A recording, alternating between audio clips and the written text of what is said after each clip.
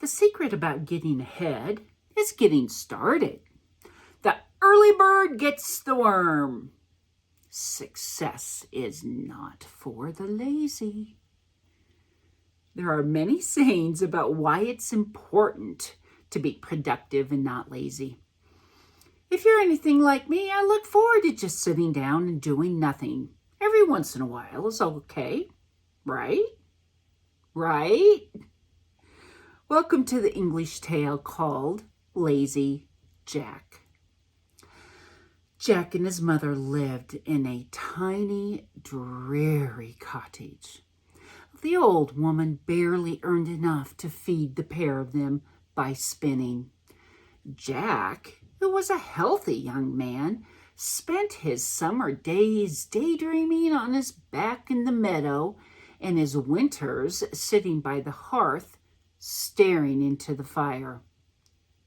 He was very, very lazy. One day, Mama had had enough. As she was serving Jack his porridge, she informed him that beginning today, if he didn't earn enough to pay for his own porridge, she would be forced to turn him out of the cottage. With a shrug of his shoulders, he left the cottage and found work with the neighboring farmer. At the end of the day, the farmer gave him a penny. Jack was so excited. As he started towards home, he loved to watch the sun reflect off the penny as he flicked it into the air and caught it with his hands. As he came upon a babbling brook, he started to jump from rock to get to the other side, all while continuing to penny flick its way to the other side. And then he heard a plop. He immediately looked down into the water, only to see his shiny penny being carried away in the stream. When he arrived at the cottage, he had nothing to show for his day's work except a story. "Oh, silly Jack, you should have put the penny in your pocket." "Oh, don't worry, Mother. Next time I will." The next day, Jack hired himself to a dairy farmer. After a day spent of moving cows to pasture and milking, he was rewarded with a tall jar of fresh milk. Oh, he could have easily drunk that milk right then and there. But he remembered what his mother had told him and what he had promised. So he put the jar of milk into his pants pocket and started walking home. He certainly did not enjoy the feeling of milk dripping down his leg and into his shoe, nor did it help that it was a very warm day, and the milk began to smell quite sour while it dried on his clothes. But a promise is a promise. His mother was waiting for him as he walked up the cottage lane. Truth is, even if she hadn't seen him, she would have been able to smell him. Oh, dear. "Oh, silly Jack, that's not what you do with a jar of milk. You should have put it on top of your head and held it there until you got home." "Oh, yes, that would have been better. Don't you worry, Mother. Next time I will." The sun rose the next day, and Jack set out looking for work. He came across a cheesemaker who needed help. So he spent the rest of the day making cheese. How happy he was at the end of the day when the cheesemaker presented him with a beautiful cream cheese as payment. His mother would be so proud. Speaking of his mother, he remembered her wise words and did exactly as she asked. He began his journey home with cream cheese on his head. As the late afternoon sun began to melt the cheese began to drip into his hair, his eyes, and his ears. And once again, the smell. Instantly, Mother knew what had happened. "That's not what you do with cheese, silly Jack. You should have carried it in your hands and hurried home."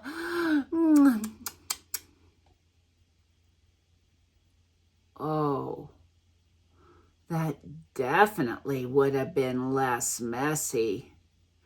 "Don't you worry, Mom. Next time I will." Bound and determined to do better, Jack set out the next morning and found himself working at a bakery. Thankful that this job didn't involve milk, Jack worked hard. His stomach growled the entire day as he smelled pies, cookies, breads, and muffins. He just knew he was going to receive something great at the end of the day. So he waited patiently by the door and was surprised when the baker put into his hands a large, fat, warm tomcat. Not wanting to disappoint his mother, Jack held that cat out in front of him all the way home. The cat screeched and scratched the entire way, but Jack held on tight so his mama would be proud. The old woman heard the tomcat screeching before Jack came around the bend into view of the cottage.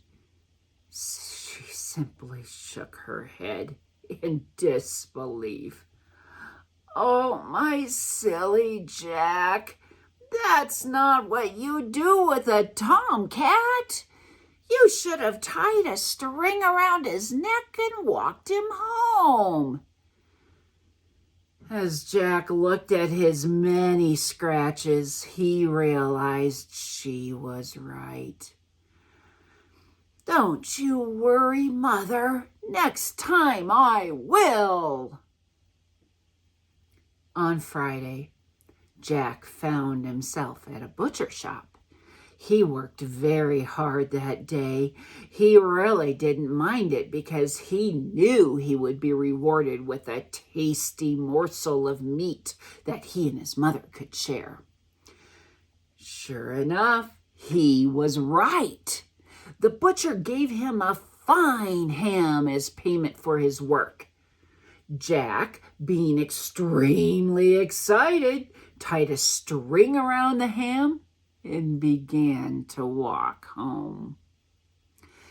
The dirt roads were bad enough, but he had no choice but to drag it through a mud puddle, followed by an anthill. By the time he got home, the ham was ruined. Mother began to cry when she saw the ham. She was so very hungry. "My silly boy, you should have placed that ham on your shoulder and carried it home," cried Mama. That does sound like a better way. "Don't you worry, Mother. Next time I will." Saturday found Jack working for the driver of a donkey train, which carried people's packages from village to village. The day was long and the work was hard.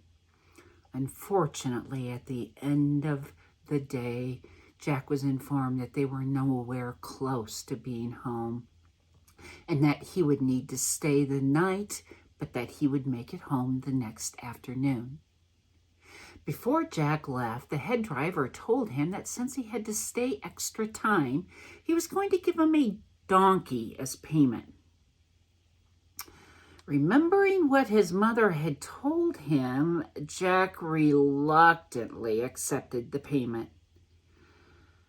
It took quite some time to hoist the donkey onto his shoulder. But imagining the proud face of his mother, he figured out a way. Jack could barely stand up as the donkey's ears and tail kept wagging into his eyes. Oh, and if you think rotten milk smells bad, Jack slowly made his way through a couple villages on his way home. Unbeknownst to him, he slowly passed a home of a very wealthy man. And this man had a daughter who, for some unknown reason, had never laughed a day in her life.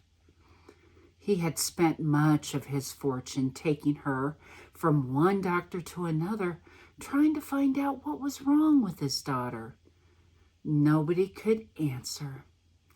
All day, every day, she simply stared out her window. Her father became so desperate to hear his daughter's laughter, he made a vow that any person who could make his daughter laugh would receive 50% of his fortune. And that was a lot of money. As the daughter gazed out of her window, her curiosity was piqued as she thought she saw an old man riding a donkey. Much to her surprise, as he got closer, she realized that it was a donkey riding a man. A sound escaped her mouth as she quickly covered it with her hands. It was followed by another sound that closely resembled a giggle, which then led to a full-blown, tears streaming down her cheeks, belly jiggling, hiccup-inducing laugh. Oh, her father came running as he could not believe his ears. When he asked what was making her laugh, she couldn't stop. She could only point. "Bring that man to me," shouted her father. Jack was brought before the young woman and her father. He was given bags of gold. Jack remembered the promise to his mother, and he carried the gold on his shoulders all the way home. Jack built 3 homes with his gold, one for his mother, one for himself, and a third for his new best friend.